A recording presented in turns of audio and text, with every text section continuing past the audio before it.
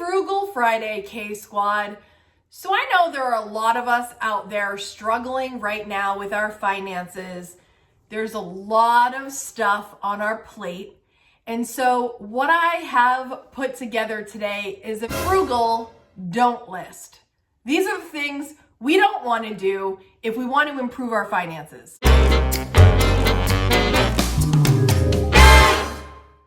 Often we complicate things that don't need to be complicated, and that is why I'm here to just bring it back to Frugal Basics, have a little Friday frugal pep talk, and get us in the right mindset to move forward and keep it simple, keep it minimal, but make it effective.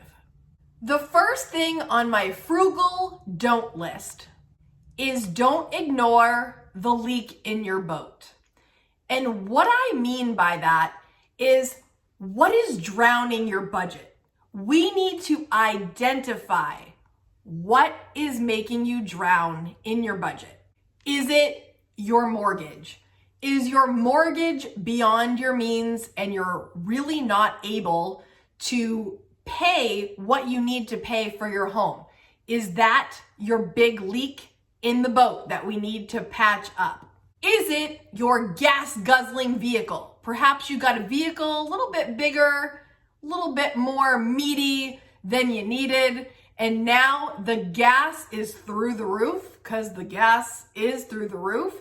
Perhaps your commute is longer because of where you have chosen to work. Is that the leak in your budget? Is that where all the money is going? Is it your groceries? Are you way beyond what you were spending in groceries? And we know grocery prices have gone up, but that doesn't mean it just is what it is. We have to make adjustments. If you missed my video last week, I talked about ways to save on groceries. Check that video out if you're looking for that. Where is the leak in your boat? We have to identify this to make it better. We don't want to avoid the leak. We must find it, we must patch it up, and we must fix this problem in your finances and not let it just go on and just accept that, well, you know what, that's how it is. It doesn't have to be that way. Now's the time to go ahead and look through your budget the last 3 months. Don't be afraid to look at the big things. I think sometimes we think we're just set in our ways. Well, that's where I live. Well, that's where I work. These things can change if need be. You can't afford to waste money on big things that are costing you big bucks. You've got to take action before you are truly underwater. Here's a bonus tip when it comes to looking at that. I actually don't think I've ever told you guys this before, but I arrange my budget items per category. So you guys know I have 4 budget categories. I have saving or future Kate. I have household, which are all my necessities. I have giving, charitable donations, gift giving, everything that I give away. And my 4th one is lifestyle. That's all my choices that I make in this life to enjoy and experience the things I want to experience. None that are mandatory, all optional. But per category, I actually arrange them because I use every dollar from highest expense to lowest. I actually even arrange my income from highest to lowest. So the highest paycheck is at the top and it goes down. For the, let's say for the household, for example, my mortgage is at the top because that is the most expensive thing that I put my money toward. And since that program is kind of a drag and drop, all I do is I rearrange it from highest to lowest. It's just a visual that cues to me what I'm spending the most on. You don't have to do that, of course, but pro bonus tip, it's a quick visual when you're trying to reference, where's all my money going? It's right there and it's in order. Yes, go ahead and say it. You can say it. Kate, you're extra. This is true. I know I'm extra. You don't have to go that far, but if you do, it's a helpful tool. In conclusion of number 1, don't ignore the leak in your boat, patch it up, make it better. The next thing on my frugal don't list, never spend money you don't have.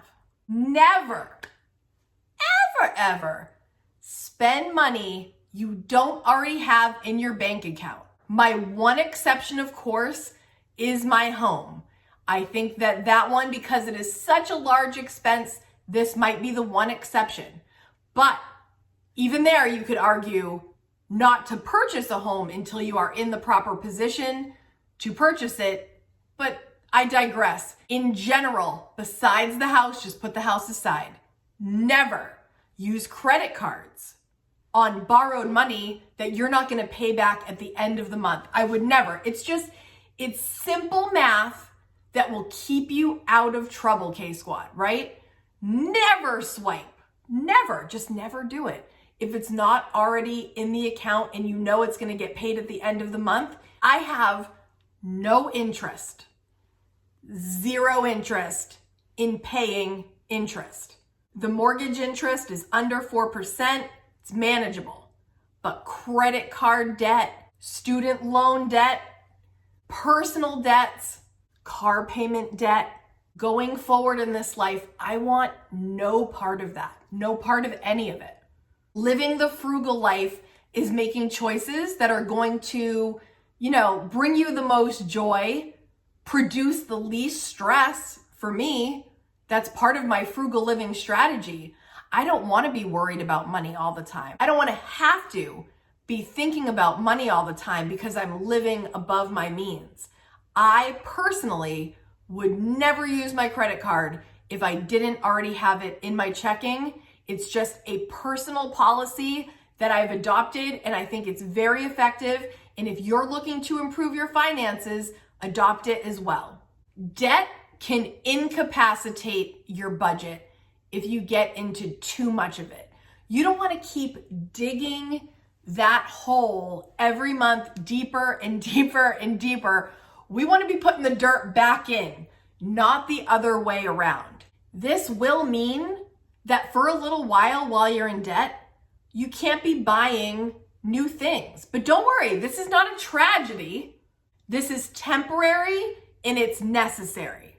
As a frugal person, I find it a great relief to not have that hanging over my head. Debt will crush your budget. When you're paying off debt, right? You're paying off things you bought. You've bought and paid for it, but you never had it to start with. It's a really bad habit. And if we can curb that and really minimize it, you're gonna live such a less stressful life, and you're not gonna be wondering, where's all my money going? Because sometimes it's going toward debt.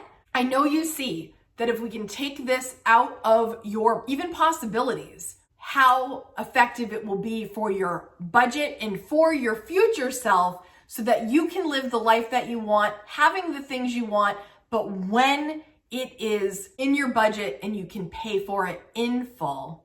You get it, I digress. Moving on to number 3. If you've made it this far in the video and you are enjoying our Frugal Don't list, type in the comments, don't do it. Sometimes we've got to focus on what not to do to get to what we could do to make it even better. And by the way, if this is something that you're going through right now, do not beat yourself up about this. My beloved and dear friend, Miss Kathy, who was my boss and dear friend at a dance studio that I used to work at in Florida, she used to always say to me, given new information, we make new decisions. So if you're watching this right now and I'm hitting a couple things, maybe a little triggery for you, and you're like, man, I've made a couple faux pas in the past and now I'm in trouble. Start now. Given new information, given new inspiration, we make new decisions. So start now. Don't beat yourself up about the rest. We're going forward now, okay? These are our new don'ts. This is like our new life. We're breathing new life into these thoughts, and we're gonna go forward and make new decisions based on this new information or inspiration, and we're gonna take care of the debt, and we're gonna take care of the bad habits that we've created and create new good frugal habits going forward. Boom. Number 3. Do not spend it because you deserve it.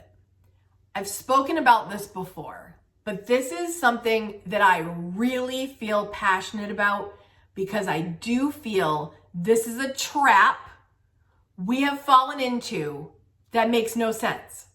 Deserving something and actually paying for something have nothing to do with each other. They don't interweave. They don't correlate.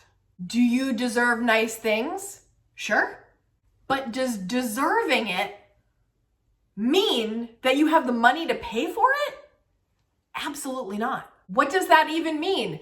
And I'm not sorry for the tough love on this one, but the two things don't correlate. Don't fool yourself into thinking just because you're good at your job or you've worked so hard, you're tired now, that equates to a luxury vacation because you've worked yourself to exhaustion. If the money's still not there, even though you deserve it, the money is still not there, my loves. It's not there. It's not necessarily the result of your hard work. Which, yes, that's a bummer sometimes. It is. We hope that working smart / and or hard will lead to the things that you want the most. And I believe it will, but not until it does. Until it actually does. This you deserve it mentality is, and forgive me, but the word that comes to mind, the only word that makes most sense in my vocabulary is it's whack. It's whack. Yes. Flashback to whack. It's a whack concept. Let your budget dictate what you spend, not a slogan for a L'Oreal commercial. Love you, K Squad. I'm saying this with love. You know I am, and we've talked about this before, but I can't drive it home enough. Do you deserve all the things? Yes, yes, yes. But does that mean it's in the budget? Heck no. But I have faith by doing the things that we talk about every week that it will. You will have these things, but be patient, be diligent. We'll get there. The next frugal don't is don't wake up too late. What does that have to do with anything, Kate? Well, this actually has to do with everything. Waking up late, whatever that means for you, may very well be the catalyst for messing up your entire day and spending more than you ever wanted. Let me walk you through it. If I wake up late, okay, if I stay up too late, if I, for some reason, don't sleep well, if I, for some reason, am feeling lazy and I hit snooze 3 times, whatever the reason, if I make excuses and I wake up late, I'm in a deficit right from the start of the day. This catapults into, okay, do I get my shower in? Hopefully we get the shower in. There's a very specific set of things that I need to do in the morning to get out the door. And if I mess this up by sleeping too late, I could not make my lunch for the day. I could not make Kaden's lunch for the day. I could not make my coffee at home. There's a lot of things that would end up costing me more money later because I wasn't prepared just by sleeping late. So tell me the truth. Is anybody watching this one of those people hitting snooze and then flying around like crazy trying to get out the door? If you've got a partner that already went to work, if you've got a partner that's there and not helpful, if you are completely alone and you've just got to worry about yourself, if you are a single parent and you have to get kids out the door, no matter what the scenario is and how many people are in your home, it probably gets more complicated with more people, but even just you waking up late can throw your whole day off. Not getting the things prepared that you need to, that's going to end up costing you more by the end of the day. Let's say it's grocery shopping day and you wake up late and you forgot to take inventory of what's in your home, so you double buy a bunch of stuff you didn't need. That adds up. Say you didn't make your kids lunch and you're like, oh, here's some money, honey, go eat lunch in the caf. Money you weren't planning. Yourself. Oh my gosh. The money people spend on lunch, you guys know I try not to be judgy and, say that that's wrong. It's not wrong, but it really cuts into your budget if you've already grocery shopped. If you're a person where you're expecting to go out to eat and you subtract that from your groceries, that's kind of a little bit of wiggle room there. But you guys know that groceries, most of the time, even though they're expensive right now, they're gonna save you money if you make your own lunch at home. And we've talked about this a million times. It's on every frugal video you've ever seen. But the waking up late is sometimes the reason you don't do it. So the waking up and giving myself ample time. The waking up and giving yourself ample time has truly changed my life. And you might not think that the two correlate, but in this case, I truly think it does. Sleeping late and having a chaotic morning can totally cause you to spend more money during the day by being frazzled, by making short, quick decisions that you wouldn't have made if you'd woken up on time. Ooh, I bet you weren't expecting that one this morning, huh? All my K squad that actually set their alarm on Friday mornings to come sit and watch this together, drinking your coffee. Some of you wake up in the middle of the night and you come watch. I love you guys. I love everyone watching at any time, but those that take that time to have this moment on a Friday morning, you guys, seriously, it's so great. But no matter what time you are watching this video, if you're a person that has gotten out of sequence with your sleeping and your time management in the morning, I'm going to encourage you to take some steps to clean it up, because I truly, truly feel it makes a difference. And while we're on that topic, let me just add this. I love my mornings. They are so sacred because I have chosen a few simple things that I do. I love having some time to think about YouTube literally every morning. I like to watch a YouTube video every morning for inspiration. It could be this kind of genre, but it could be anything. I like to look in my subscription box and see what I can check out. I love to have the time to make my lunch, to make Kaden's lunch, maybe play some music while I'm making lunch, get excited, or be listening to another YouTube video. I like having time to shower. I like having time to look presentable. I hate being rushed in the morning. And I truly believe that if you can reverse engineer your morning to fit in the things that you love in the morning, first of all, it makes your days more enjoyable. And second of all, it's gonna save you money. And third of all, you're not going to be coming into home base at work late. You're not going to be stressed. You're not going to be stressing out your coworkers if you're late. You're not going to be stressing out your kid if you've got one, or getting to school on time. The getting up on time when you are planned to do it and having that time for that morning ritual is priceless. And now is your turn. Leave me in the comments, what is one of your favorite frugal don'ts to add to the list? If you like this kind of topic that we are discussing right now, I will leave you some videos right here talking more about things frugal people don't do for more inspiration. Thank you so much for watching, K Squad. I hope you enjoyed this video. Hit the like, hit subscribe, hit the bell so you're notified every time I upload, and I will see you next week. Bye, guys. Hannum says bye.